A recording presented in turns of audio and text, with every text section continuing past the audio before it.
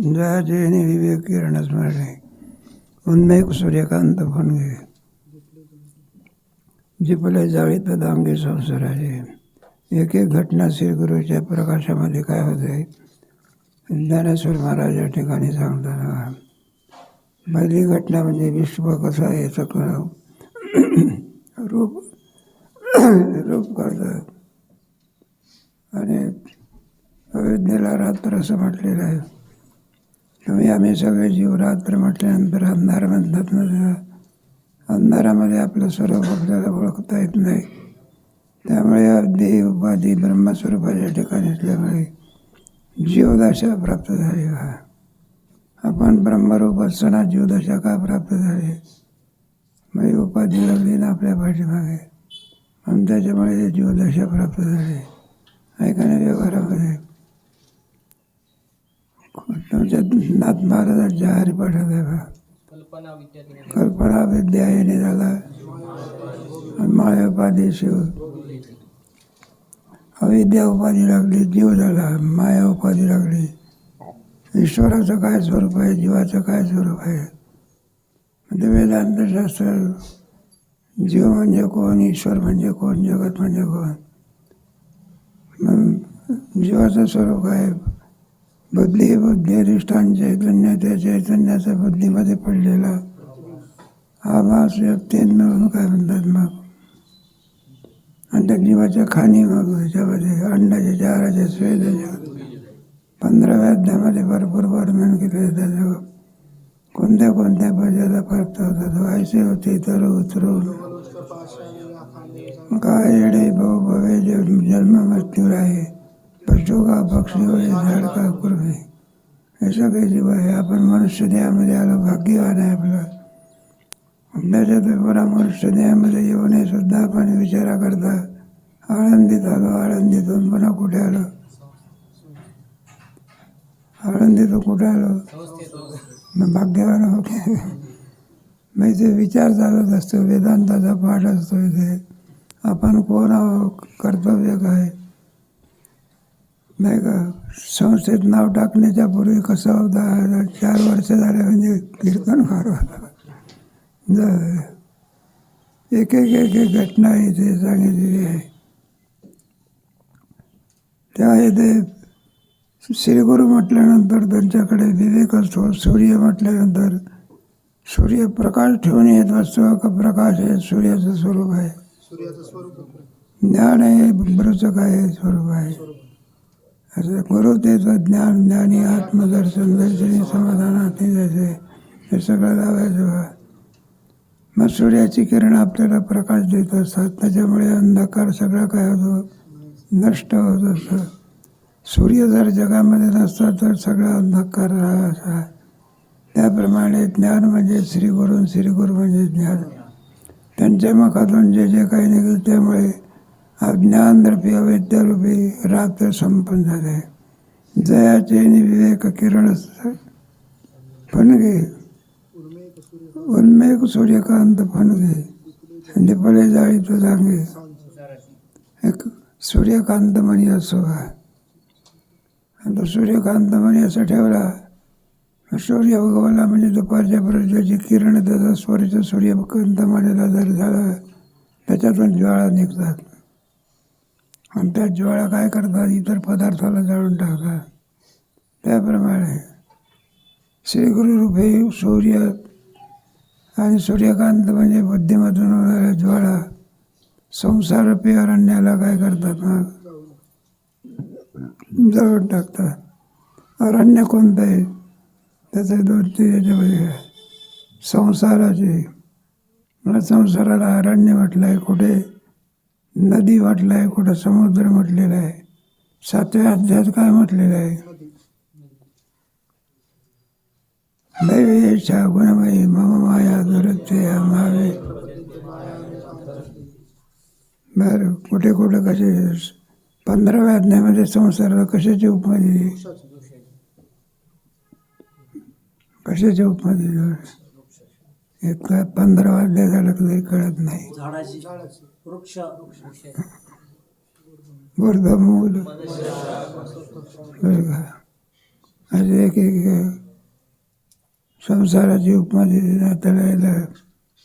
कुठं सूर्य, कुठं समुद्राची उपमा, कुठं नाटाच्या भांगामध्ये सापाची उपमा दिली. सर्प हा विकार पांढरा, काळा सर्प नाही कोणता, सर्व पांढरा असतो का नाही. कोकणात आहे म्हणतात. कोकणातला साप असा आहे, इतर साप चावल्यानंतर मनुष्य मरत असतो. आणि कोकणातला सर्प असा त्याच्या मुखातून येणारा वारा सुद्धा माणसाचा काय घेतो, इतका विषारी सर्प आहे. शांताराम गुरुजी सांगायचे ते कोकणात म्हटले होते. म्हणून सर्प हा विकार पाहणारा. कुठं समुद्राची उपमा, कुठं कशाची उपमा. त्याप्रमाणे ते संसाराची उपमा दिलेली. त्या संसाराला श्रीगुरुरूपी मुखातून येणारे ज्ञान जाळून टाकत असते. काय दिपले जाळी तदांगे संसाराचे. संसारामध्ये मुंगीपासून तो ब्रह्मदेवापर्यंत संसार लागलेला आहे. 15व्या अध्यायामध्ये शेवटची शाखा कुठे आहे?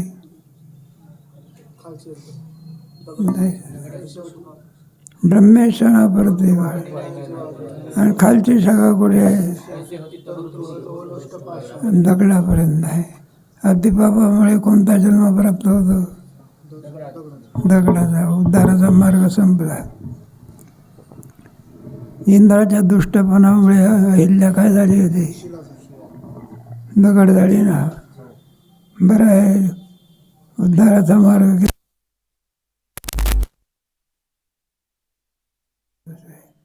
सगळा हा संसार आहे. कधी देहाला संसार म्हटलेला आहे, कधी जन्मामृत्यूला संसार म्हटलेला आहे. पुनरुपजनन, पुन्हा जन्माला येतो, पुन्हा मरण आहे. हे सगळे संसाराचं स्वरूप सांगितलेलं आहे. दिपले जाळी तसा संसार ते संसार आहे. एका स्थानावरती न राहणार त्याला संसार असं म्हणत आहे. अस्ति जायते वर्धते परिणते.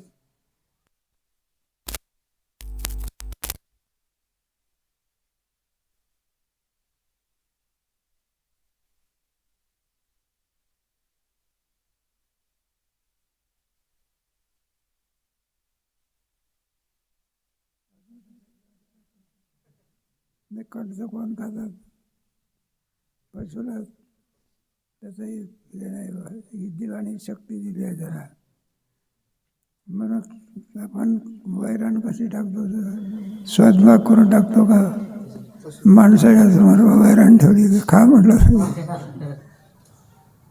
तर आपला जठराग्नी तेवढा नाही आहे. पशुचा जठराग्नी सगळं पचवून टाकतो. सगळं म्हणजे ते अन्न कुठं जाते? ताटात येतं. ताटातलं अन्न कुठं जातं? पोटात जातं. पोटातलं अन्न कुठे येतं? तिथंच राहतं. पुन्हा आणखी त्याचं नाही का गायीने खाल्लेलं गवत पुन्हा ते शेण होतं. आणि पुन्हा शेणातून काही निघते, पीक निघत राहतं. संसारात येते एका स्वरूपामध्ये न राहणार. ब्रह्मदेव जरी झाला तरी पुनरावृत्तीच्या माप असं. इंद्र सोना का कोणी काय तर त्या अवस्थेमध्ये तिथं राहू शकत नाही. अन्य अवस्था ते ठीक आहे. हे सगळे क्रम आहे बघा. आला का जीव मुक्त झाला म्हणजे शरीराचा संबंध सुटला, मग मात्र शरीर नाही. बाकी जोपर्यंत जीवत्व दशा आहे कोणत्या योनीत जाईल काही सांगता येईल. मग संसार संपला पाहिजे ना. नाही का गुंतलो या संसारे कैसा संसार सिंधू विस्तर नुलंगे उलंगिता पार. विवेक म्हणजे विविच्यते इथे विवेक. दोन वस्तूमधला भेद करणं याला विवेक असं म्हणतात. त्याच्यामध्ये काही विवेक असा असतो, गव्हामध्ये कल्पना करा एखादे शेंगदाणे असले तर दिसतात आपल्या गहू वेगळे आणि शेंगदाणे. आणि दुधातलं पाणी, मग पाणी कुठं दूध आहे का? दूध काही पाणी होत नाही. भेद दिसतो का? पण भेद आहे का नाही? त्या त्याप्रमाणे संसारामध्ये आणि आत्म्यामध्ये भेद दिसत नाही, पण त्याच्यात भेद आहे. त्याला नित्यानित्य विवेक म्हणतात. तुमच्या गीतेमध्ये सुद्धा नासतो विद्यते भाव तसे विचारता निरसले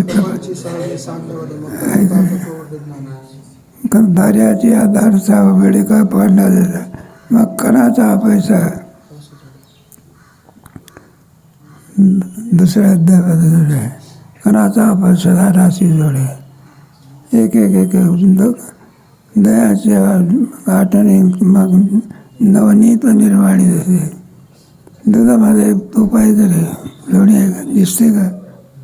नाही. मला मंथन केल्यानंतर गोळा काढायचो ना, तसं नित्यानित्य विवेक म्हणतात. दग्दृश्य विवेक अशा विवेकाच्या कक्षा आहे. त्याच्यामध्ये आत्मा अनात्म विवेक. आत्मा म्हणजे काय, अनात्मा म्हणजे काय, देह म्हणजे काय, आत्मा म्हणजे काय. गीतेमध्ये सर्व निर्गुणत्वात परमात्मा यमव्य शरीरस्थ पिकवते न करू दिले. कोणत्या अध्यायातलं आहे? परीक्षा होऊन गेली शेवटचं असलं काय ना. निर्गुणत्वात परमात्मा यम शरीरस्थ पिकवते न करू दिले. त्याला विवेक म्हणतात. त्या विवेकाच्या द्वारा हे संसारूपी अरण्य सगळं काय होतं मग नाही होतं. जोपर्यंत आणखी अज्ञान आहे, अविद्या आहे, जोपर्यंत पुनरपी जननम पुनरपी हे जे झाड आपल्याला कधीपासून लागलेले आहे. केव्हापासून आपण जन्माला येतो आणि मरतो आणि कोणत्या कोणत्या गोष्टी गेला अनादी म्हणतात. त्याचा आधी सांगता येत नाही. केव्हापासून लागली केव्हाही सांगता येत नाही. फक्त एकच आहे, ते संसारातून काय झालं पाहिजे, मुक्त झालं पाहिजे. मग ज्याला संसाराचं स्वरूप कळाला तो संसारातून मुक्त होण्याचा काय करतो, प्रयत्न करतो.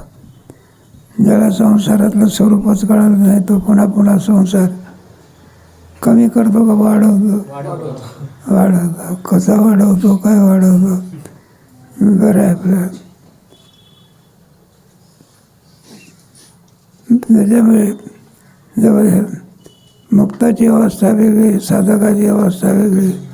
संसाराच्या स्वरूप तुमच्या ह्याच्यामध्ये दिलेल्या पुढे 15व्या अध्यायामध्ये आहे का, संसाराची पाया पडा पडती तरा ओढा ओलांडून कर्म कदाचा कर्मकडा खाय.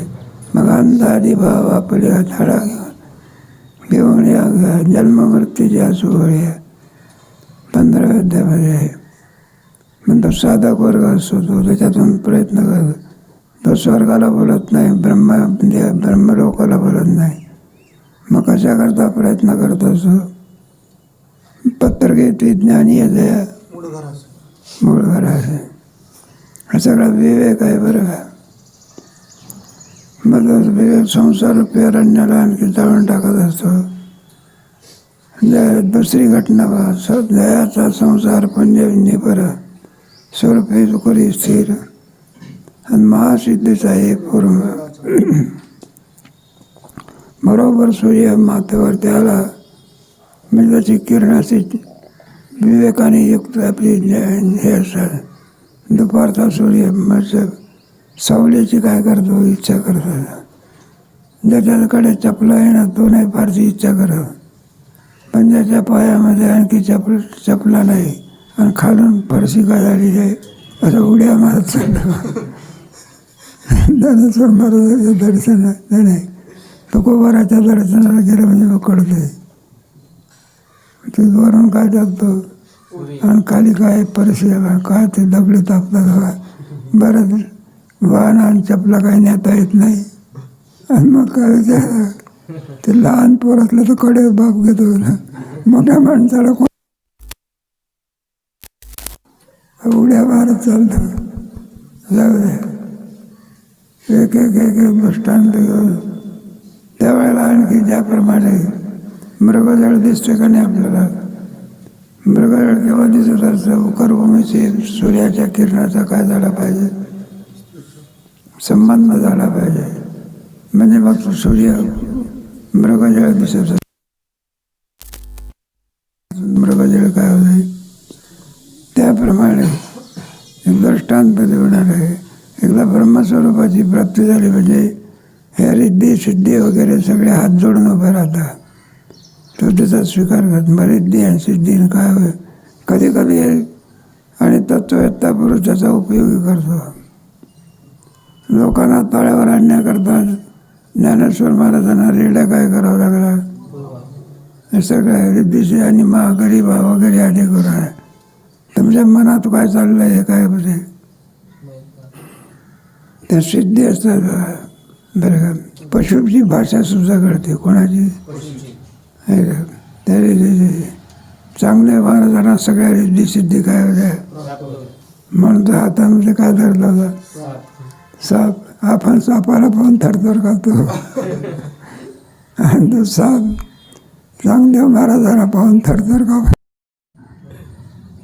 हे सत्ता सगळं सिद्धी लावी पिसे मिळे राजा. इथे नामदेव महाराज वगैरे संताना सिद्धी काय होतात. सगळ्या सिद्धी मिळविला परिवार चांगलं व्हायला आणखी त्याचा उद्धार करणे. एरवी जर ज्ञानेश्वर महाराजांनी भिंत चालवली नसती तर चांगदेव मुक्त झाला. मग चांगदेव शरण का आला म्हणलं आपल्यापेक्षाही सामर्थ्य ज्ञानेश्वर महाराजाचं कमी आहे का अधिक आहे. अधिक आहे. आपण कशावर बसून आलो वाघावरती. वाघावर सजीव प्राणी आहे का निर्जीव. सजीव प्राणी आहे. ज्ञानोबराची भिंत सजीव आहे का निर्जीव आहे. मग आपल्यापेक्षा ज्ञानेश्वर महाराजाची शक्ती कशी आहे. आले लोटांगणी नाही का. मग प्रश्नाचा आता उद्धार आला तो बरोबर झाला. तोपर्यंत डोकं काय करीत नव्हतं वाकवत नव्हतं. आता पाय सोडत नाही.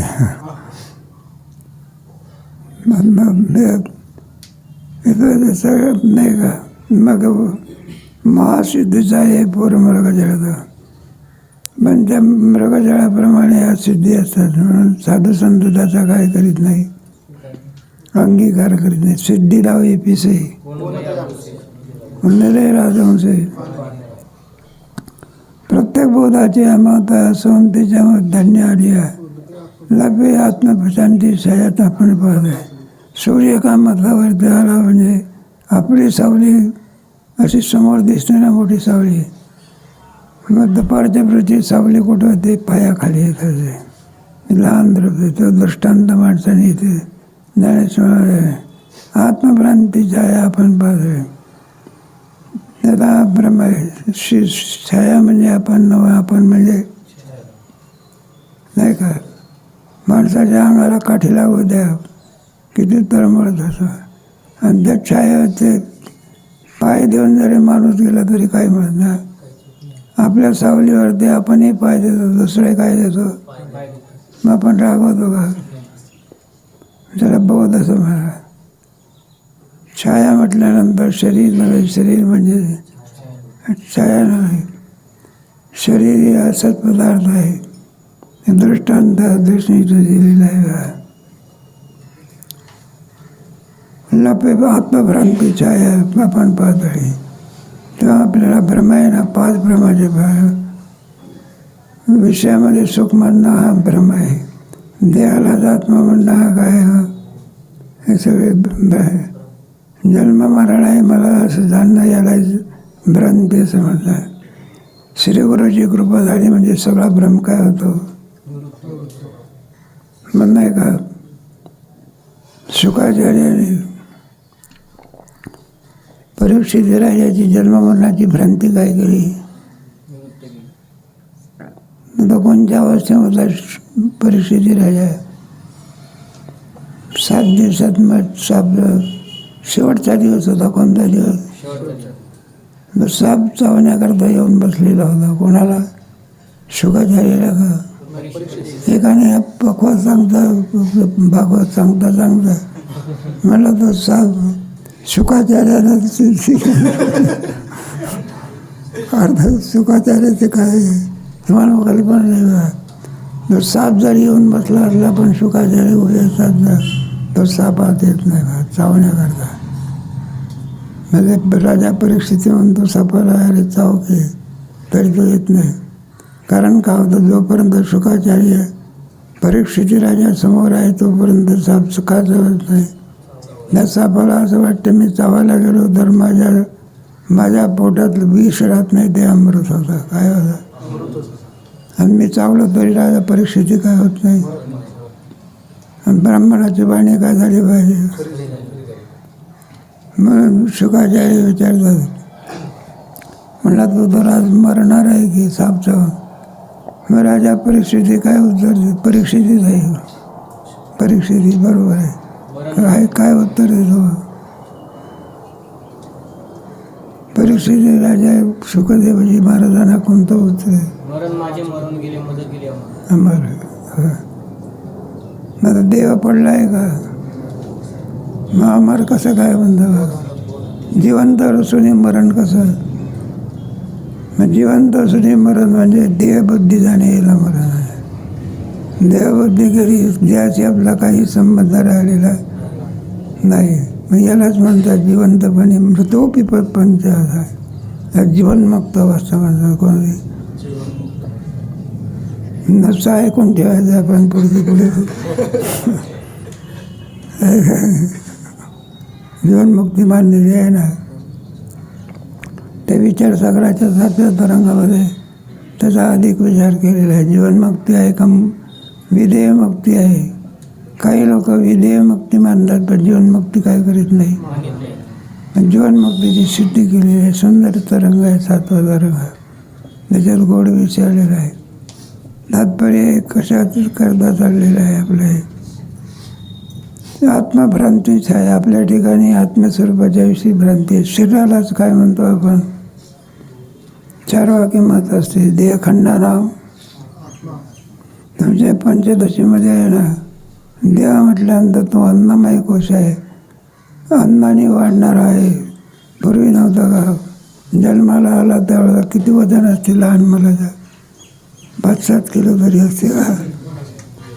आणि पुढे मग बरं का 25-30 वर्षाचा झाला मग वजन अलग अलग मोजायला गेला 100 किलो. आणि त्याच्यात पोटाचं वजन जास्त, ते छातीला सोडून पोट आलं असते महत्व असते. आयाच्या स्थितीमध्ये राहत असतो का त्याच्यामध्ये. म्हणून शरीर आत्मा होऊ शकत ते इंद्रिय वगैरे सगळं लावायचं. कारण आत्मा म्हटल्यानंतर जो कसं आहे अनुत्पन्न स्वरूपाचा आहे. त्याला जन्म नाही, त्याला काय नाही. आणि शरीराला जन्म आहे पुन्हा काय आहे. म्हणजे त्याला दोन्ही भाव अभाव असतात तो आत्मा होईल कसा. म्हणजे सगळंच लावायचं बस. शरीरामधले प्राणात्मा नाही, मन आत्मा नाही, विज्ञान आत्मा नाही, आनंदमय कोश आत्मा नाही.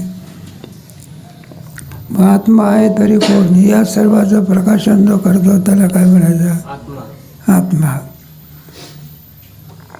मग अनात्म्याची सगळी अवस्था विश्वशब्दांशी ते कोण अन्यतामध्ये निद्रते नुरेची जया जिथे माया राहते. एकदा ज्ञान झालं म्हणजे तुका म्हणे माया अनुभव दासी लागे. मायाचं राज्य कुठपर्यंत, जोपर्यंत अज्ञान आहे तोपर्यंत. एकदा ज्ञान झालं की मायाचं रात्र काय झालं संपलं. काय आपण जे काही पाहून एखादा सिनेमा म्हणा किंवा काय म्हणा, स्वप्नातलं राज्य कुठपर्यंत जागा येत नाही. आणि जागा आला की स्वप्नातलं वाघ कुठं गेलं कोणाच माहिती. मग अवस्थांतर आहे आपण, त्याच्यामध्ये दुसऱ्या अवस्थेत जावं लागलं. त्याशिवाय आणखी हे होत नाही. अशा अवस्था आहे जागृती, स्वप्नाची सुषुप्ती, तुरिया उन्मनी. तुरिया अवस्थेमध्ये जिकडे तिकडे परमात्मा दर्शन असते. हा समस्त श्री उन्मनी अवस्थेमध्ये मनच नाही. तुका म्हणे ते उन्मनी नाशकारी आकार आहे. उन्मनी छन्नेत विनोदी दुर्दे ज्ञानदेवाचे हृदय दत्तात्रय योगी आहे. एक दृष्टांत जेवणा सिद्धांत काय केलं मग सांगितलं, माया संपली, तुझं कार्य संपलं. अद्वय बौद्ध पाठणी देत दुःखाची दाटणी, सुख दुःखाची घेणी देणी बंधावी माझा संसाराचा निराश झाल्यानंतर अद्वैत तत्वबोध होत असं. नाही तर मग शून्यवाद येईल ते, मग कोण राहत असतेच, काहीच राहत नाही. त्याला अद्वैत म्हणत असतात, एकमेव द्वितीय. त्याला नगर असं म्हटलेलं आहे. आणि ब्रह्म हे दुःखरूप आहे का सुखरूप आहे? सुखाची परिसीमा म्हणतात त्याला, केवळ आनंद त्याच्यामुळे. पाटण बिहारची राजधानी काय आहे? बिहारची राजधानी पाटण का पाटणा आहे? असं काय का? सगळ्यात राज्य दुःखी राज्य कोणतं आहे? तिथं इस्लाम लोक जास्त आहे. बिहारी इस्लाम, बंगाली इस्लाम, या दोघांमध्ये फरक आहे. नितीश कुमार तिथला मुख्यमंत्री आहे.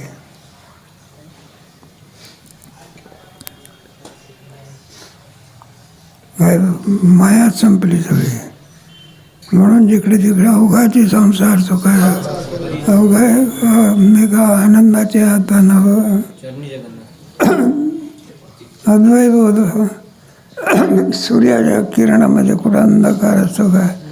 एकदा या बोधावर आला म्हणजे जरा दुःख नावाची वस्तू काय झाली, अंत म्हटलं तरी सुद्धा येऊ शकत नाही. आणि मग काय सुखाची घेणी देणी बंधावं लागत आहे. विपुल आणखी माल जर झाला म्हणजे घेण्या देण्याचा व्यवहार माझा. ते पाहिजे आपण भाजी विकणारे, फळं विकणारे लोक, जरा अति माल आला काय आला, गिराईक थोडे माल बरं जास्त वेळ ठेवा तर सडून जातात. केळे म्हणा किंवा काही म्हणा. माझं खपत तर नाही, माल कोण विकत घेत नाही. माल तर काय भरपूर आहे. मग तर नाही का 20 रुपये डझनची केळं विकत होता. आणि तो गिराईकच नाही, ठेवावं तिकडून बसण्याची. मग तो म्हणतो 10 रुपये देता का? घेऊन जा की म्हटलं 10 रुपये. हा म्हटलं एवढा महाग होते की 10 रुपयाला 5 रुपये देता का? म्हटलं 5 रुपये.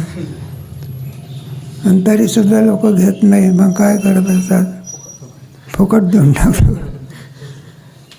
ज्याला म्हणायचं सुकाळ झाला म्हणजे मग त्याची किंमत काय असते. आणि दुष्काळ असेल तर जसा जिकडे तिकडे आनंदाचा काय होतं, मग अवघे चित्र की आनंद आहे.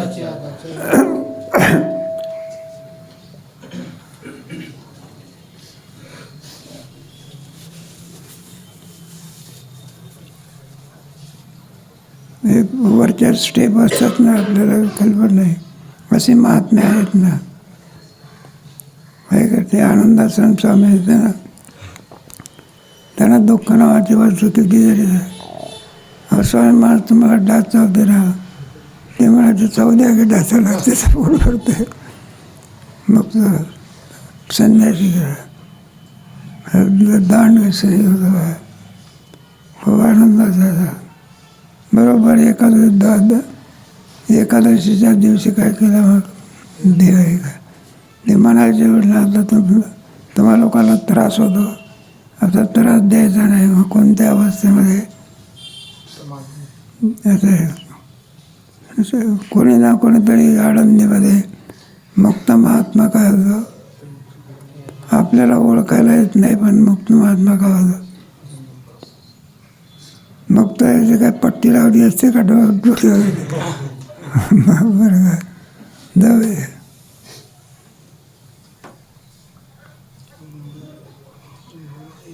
म्हणून सुखदुःखाची घेणी देणी बंधावं लागत आहे. म्हणजे काय भावामध्ये भाव कमी असला तर काय भाव मिळतो बा. आता या दिवसामध्ये बाबा कोशिंबिरीची जोडी किती रुपयात मिळते, महाग मिळते. आणि तेच पाऊस बीस पडला आषाढ महिना लागला तर फुकट कोणी घ्यायला तयार नाही. किंबहुना ऐसे मुक्त कैवल्य सुदेवसे. एक बद्ध कैवल्य आणि दुसरं कोणतं? ज्ञानेश्वर महाराजांच्या आरतीमध्ये कैवल्य आलेलं आहे. आरती ज्ञानराजा महाकैवल्य. तुकोबराचे वर्णन करते रामेश्वर अट्टाने कैवल्यपासून. आरती तुकारामा स्वामी सच्चिदानंद मूर्ती. सुंदर वर्णन त्याच्यामध्ये. मग एकदा जीवात्मा मुक्त या अवस्थेला प्राप्त झाला. एकदा लाकूड जळाला म्हणजे पुन्हा लाकूड पदाला प्राप्त होत नाही. संपलं सगळं. मग म्हणून एकदा अवस्था तशी आहे. एकदा म्हातारपणा आला म्हणजे किती प्रयत्न केला तरी पुन्हा काही तारुण्य त्याला प्राप्त होत नाही. लोकांचा काही काही गैरसमज आहे. वा म्हणायला लागले म्हातारपणा असूनही तरुणपणा येतं. म्हणलं असं कसं शक्य आहे? बदाम पिस्ता वगैरे खाल्ले तेवढ्यानं कुठं काम मागत असते. मग त्यांना तरुणपणा मनाचा तरुणपणा म्हणा. कोणाचा? अशा अवस्थेमध्ये मन खंबीर असतं बघा. कोणाचं? शरीर म्हातारं आहे पण मन कसं आहे बरं का?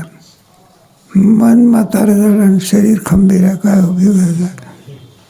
थोडंसं काय झालं की आपलं हे करत आहे.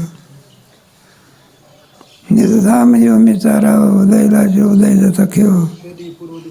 पूर्व दिशा जिठावा उदय. सूर्य मावळतच नाही खगोलशास्त्राच्या दृष्टीने. पृथ्वी फिरत असते. आडवी आले म्हणजे आपल्याला असं वाटते सूर्य मावळला. आणि पुन्हा असे आले म्हणजे सूर्य उदयाला. तेव्हा सूर्याच्या बाबतीमध्ये उदय असतं. दोन्ही धर्म नाही. कायमचा सूर्य आहे. त्याप्रमाणे उदय असताच आपल्याला उदय आहे आणि पुन्हा काय जन्म आहे. ते जन्माबरोबर पुन्हा कोणताही जन्माबरोबरच आपलं काही काही लोक येतात ना, येण्याचं तिकीट काढतात तसं जाण्याचंही तिकीट काय इथं आले. ते म्हटलं आम्हालाही सुद्धा ज्ञानेश्वरीचे पारायण करायचे आहे. मला मग 2 दिवस सांगा की नाही. म्हटलं 12 वाजता तिकीट काढलं आहे मुंबईचं.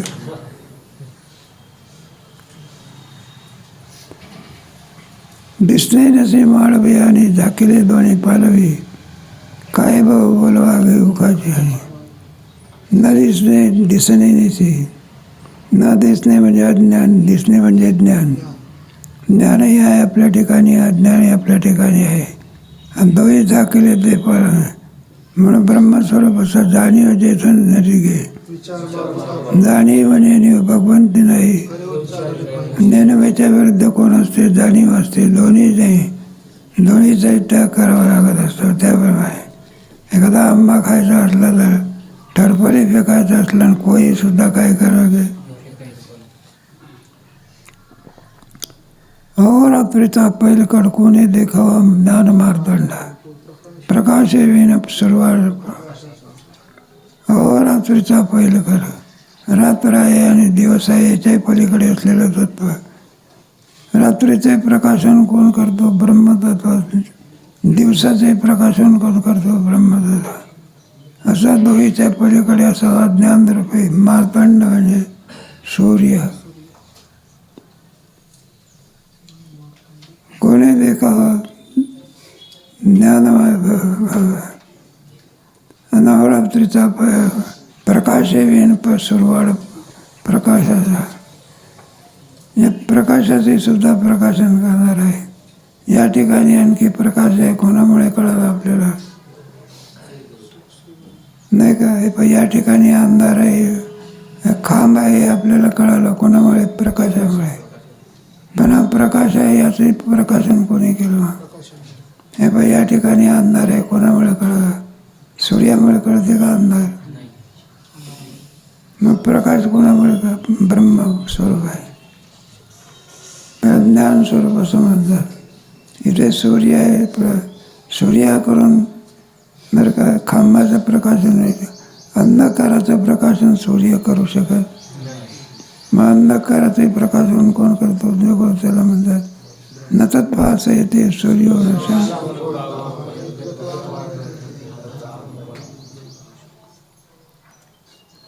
भयाचित सूर्य श्री निवृत्ती आता गमावची पडत पडती बालक आहे जसे सुटी भयाचित सूर्य श्री निवृत्ती ज्ञानेश्वर महाराजांची वरून निवृत्तीनाथ महाराजांना गुरु आहे बंधू आहे सगळे गुरुचंही नातं कोणाच्या ठिकाणी आहे निवृत्तीनाथ म्हणे आणि वडील गेले तेव्हापासूनही सुद्धा पालकत्वाचं नातं कोण आहे पालन करणं हे कोणाचं पुन्हा भावाचंही नातं कोणाचे मग सूर्य आणि ज्ञानाच्या बाबतीमध्ये काय वर्णन करू सगळे लोकांना ज्ञानेश्वर महाराज हे कळले आणि निवृत्तीनाथ महाराजांनी काय झाले नाही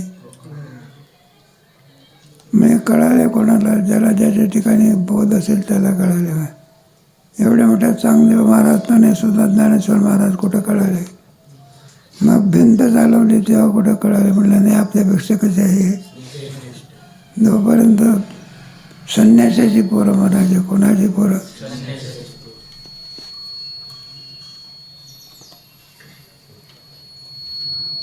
म्हणून ज्ञानरूपी सूर्य उदयाला आला आता नमोची म्हणून पडत एक वेळा नमस्कार करतो का पुन्हा पुन्हा नमस्कार करतो तुमच्या गीतेमध्ये नाही का अर्जुनसुद्धा आणि ज्यावेळेला विश्वरूप दर्शन परमात्मा आणखी अर्जुनाला दाखव त्या विश्वरूपाला एकदा नमस्कार करतो का पुन्हा पुन्हा महादिदेव पुरुष पुराणात व्यक्तासी वेद्यांचे परंजता त्याच्या वायुर अग्नी वरुण शशांका प्रजापतीस्तम प्रपितामश्च पुनश्च भूयोपि नमो नमः नमः पुरस्ताद पृष्ठदस्ते नमो सुते सर्व एकाच ठिकाणी नमस्कार करतो का सगळ्या दिशेला नमस्कार करतो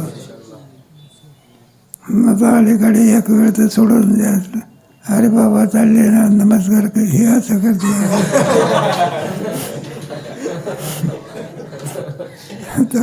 संस्कार नाही काही करायला बघा घरचे संस्कार असतात ते आईवडील म्हणतात हे बाबांना नमस्कार कर ते साधा नमस्कार करत नाही लोटांगण घालतात ते त्याला काय संस्कार आता संस्काराचा काय होत चालला ते पाश्चिमात्य पद्धती निघाली पाश्चिमात्य पद्धतीतला नमस्कार कसा आहे हा पाय हातामध्ये काय घ्यायचे हात घ्यायचे जोरात दाबायचे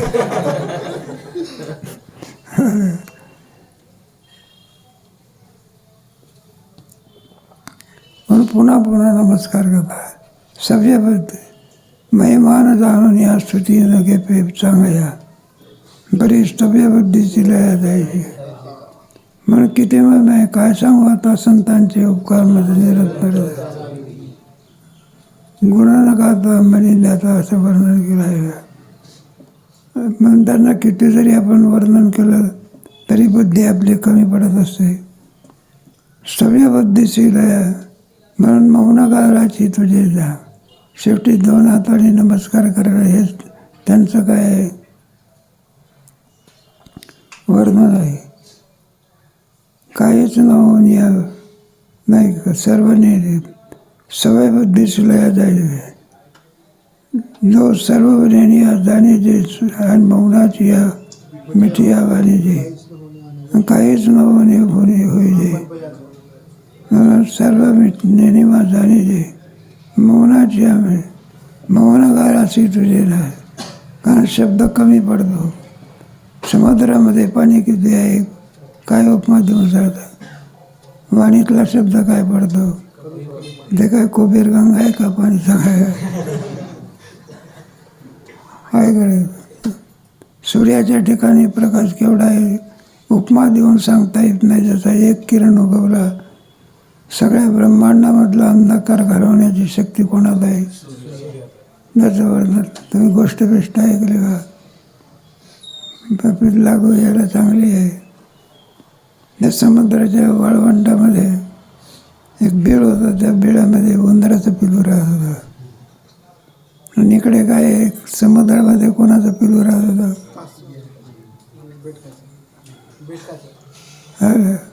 बेटकुळीचं पिलू राहत होतं ते बेटकुळीचं पिलू समुद्रातून कुठे आलं बाहेर आलं आणि उंदराचं पिलू त्या बिळातून काय आलं बाहेर आलं दोघांची काय पडली मग ते उंदराचं पिरू म्हणायला लागलं. म्हटलं करे तुम्ही समुद्रामध्ये राहता, समुद्र कसा आहे, किती पाणी आहे, काय आहे? तर म्हणलं आम्ही राहतो. म्हणला किती खोल आहे, किती लांब आहे? म्हटलं आम्हाला काय माहीत. मग ते उंदराचं पिरू अभिमानाने म्हणायला लागलं. म्हणलं माझ्या पाय इतका खोल आहे का समुद्र? म्हणलं किती लांब आहे? म्हणलं शेपटा इतका आहे का? मग तो उंदराच्या पिल्लाला कुठं समुद्र कळतं का? त्याप्रमाणे श्रीगुरूचं महिमा सामान्य लोकांना कळू शकते. जावे त्याच्या वंश तेव्हा कळे. हो, एवढा मोठा चांगदे पण त्यांना सुद्धा प्रारंभी ज्ञानेश्वर महाराज कळाले नाही. आणि मग कळाल्यानंतर आले लोटांगडी. मग वाघही सोडून दिला आणि सापही काय केला.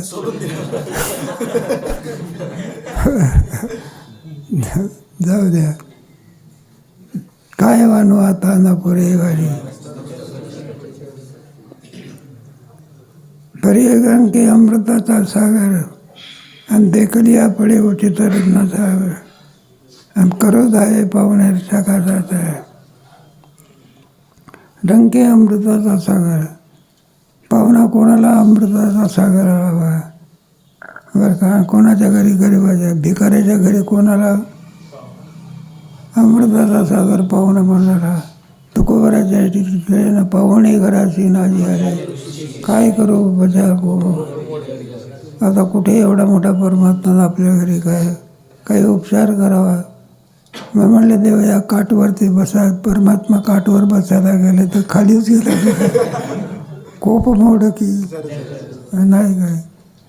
आणि स्वागताकरता काय दिल्या, कन्या दिल्या. आणि त्या कन्याच्या होत्या त्याच्यामध्ये काही डोळ्याचं काही आंधळ्या कन्या.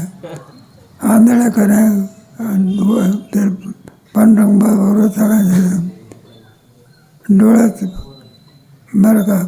वरण कोणाला वळायचं आणि आंधळ वरण कोणाला. जे आंधळ वरण असताना जागेवर ठेवलं तिथंच थांबतं, त्याला काय म्हणायचं.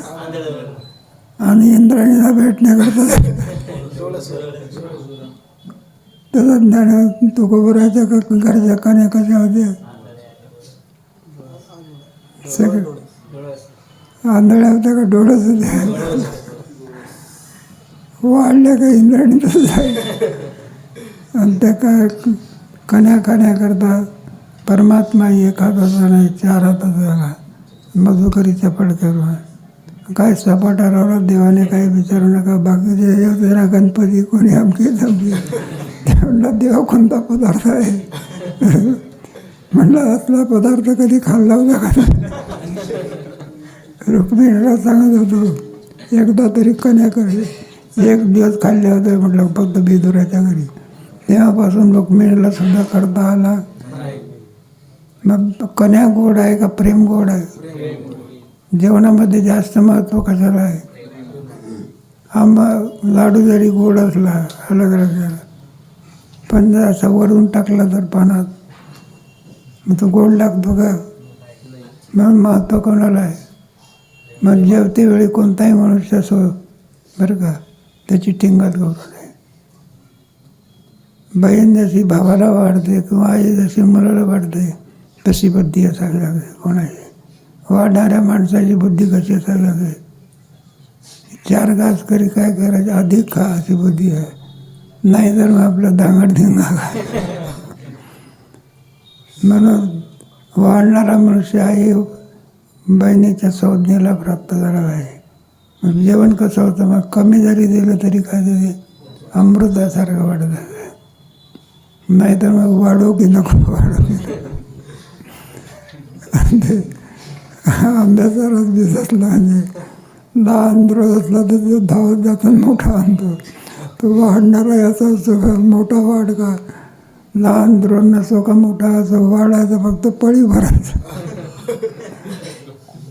म्हणून वाढते वेळी बुद्धी कशी असावी लागते आई बहिणीसारखी. नाही तर मग हॉटेलमधलं नाही का वाढणारा असतोच की त्याला काय वाटत असते कमीत कमी खावं जास्तीत जास्त काय द्यावा पैसा द्यावा. ही बुद्धी कोणाची आणि घरची याची. म्हणून भोजन करणं तुम्हासे करणं असं म्हणतात. भोजन जर करायचं असेल तर कुणाच्या द्वारा?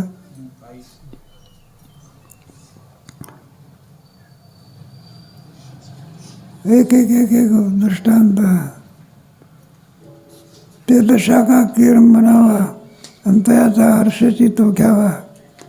उसळून दिवे हाती न पाहावे.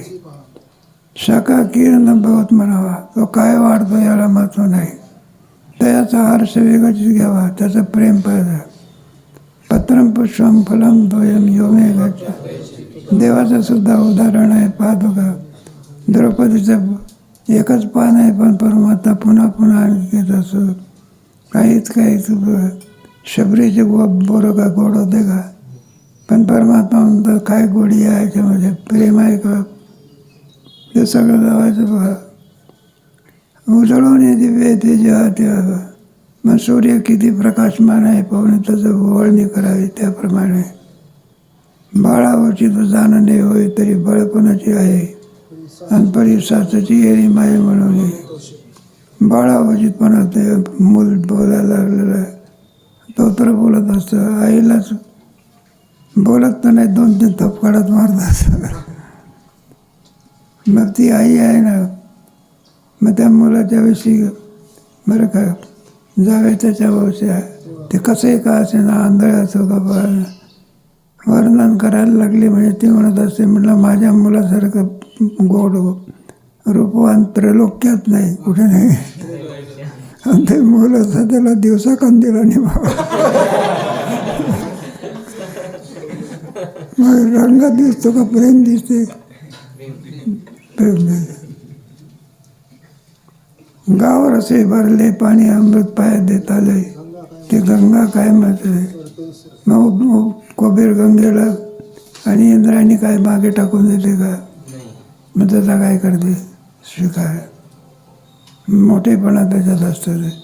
ती गंगा आपण हे समुद्राला मिळते ना, आपल्याबरोबर इतर नद्याला काय करते? भृगूचा कायचा उपकार तो म्हणून परोपचार. काय तोषेची नाशा रंगदार गुरुद्वार. तुम्हाला सगळ्याला माहिती आहे की भृगुरातीने देवावरती छातीवरती काय मारली होती लात मार. हृदय श्री भगत चलांचन मेरवी भगत नाही त्याची. देवाने अलंकार म्हणून त्याचा स्वीकार केला. अंधारे कतरे अंबर आले दिवसनाथासमोर. त्याने त्या परता सर म्हणत रे. अंधारे कतरे अंबर. अंधाराने सगळं हे आलेलं आहे. आले दिवसनाथासमोर तरी त्याने त्या पायात म्हणून मोठ्या माणसाच्या क्रियेमध्ये हा सगळा प्रकार असतो. सर्वांचा ते काय करतात मग स्वीकार करतात. ते भेदबुद्धीचे तुळे अंगाळून सुरेश्लेषाचे कांटाळी आणि तुकिलाशी ते वेळे साईज होती. वास्तविक तुमचं वर्णन करणं म्हणजे हा एक प्रकारचा हेच आहे नाही का? वर्णनामध्ये सुद्धा काही प्रतिमा असते ना. योग्य वर्णन झालं म्हणजे आनंद होत असतो. या तुमचं योग्य असं वर्णन आमच्याकडनं होऊ शकत नाही. असं ते गेली समस्या आजकाल आमचं हिंदुपात. सुरधर्वर शाखा लेखनी भूतरमूर्ती लिखित वेदी गृहीत्वा शारदा सर्व कालम तदपितो गुणानाम. एखादा मुख्यमंत्री आहे नरेंद्र मोदी आहे आणि तुम्ही म्हणायला लागले म्हणलं या सरपंच तुमची वाट पाहतो. तो हसेल कारण त्याला कोणतीच उपमा देता येत. त्याप्रमाणे श्रीगुरूचं वर्णन करते वेळी कोणतीही उपमा द्यायला गेली तरी ती कमीच पडते. काय पडते? म्हणून तुम्ही काय करा, सहन करा. जी ध्यानाची आज डोळा पाहिला असेल आणि वेदादेवाच्या वाणीला असेल ते उपसायचे जी तयाशी. जी ज्ञानाचा डोळा पाहिला असेल आणि वेदादी वाच्या वाणीला असेल. तुम्ही आम्ही योगी लोक ध्यानाच्या रूपामध्ये तुमचं वर्णन करतात.